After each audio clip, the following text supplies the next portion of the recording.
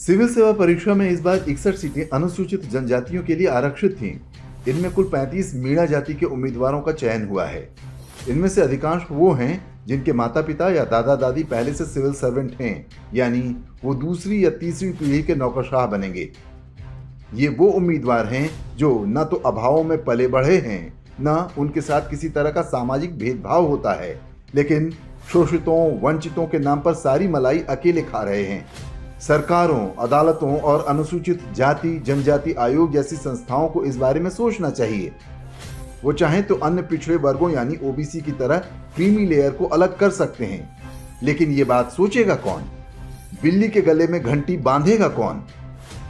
अनुसूचित जनजाति आयोग में भी कोई मीणा ही बैठा होगा। वो अपनी बिरादरी वालों के खिलाफ क्यों जाएगा? तो फिर अनुसूचित जनजातियों के नाम पर चेहरा चमकाने वाले एक्टिविस्टों को आवाज उठानी चाहिए। लेकिन वहां भी तो जेएनयू छाप गंगा सहाय मीणा जैसे लोग ही बैठे हैं। आदिवासियों के नाम पर सरकारी योजनाओं का लाभ उठा रहे संगठनों में भी मीणा ही मीणा दिखेंगे। वो भला क्रीमी लेयर लाने की मांग क्यों करेंगे? तो फिर ये काम कैसे होगा? तो क्या क्रीमी लेयर कभी नहीं आएगा? क्योंकि प्रोफेसर, नौकरशाह, अनुसूचित जनजाति आयोग हर जगह मीणा बैठा है और उन लोगों के अधिकार हड़प रहा है जो वास्तव में वनवासी जनजातियों के हैं। जो जानते हैं उन्हें पता है कि मीणा पहले से ठीक ठाक समृद्ध हुआ करते थे। उनके तो आदिवासी होने पर भी प्रश्न चिन्ह है। तो क्या सरकार को चाहिए कि वो हिम्मत दिखाए और पूछे कि आखिर देश भर में फैले वनवासी समुदाय को मिले आरक्षण का लाभ एक ही जाति के लोग क्यों ले रहे हैं, वो भी पीढ़ी दर पीढ़ी? भूल जाइए कि फिलहाल कोई सरकार या हिम्मत दिखाएगी। जैसे ही कोई नेता ये बोलेगा, एक पूरी फौज उस पर टूट पड़ेगी। घोषित कर दिया जाएगा कि सरकार आरक्षण खत्म करना चाहती है।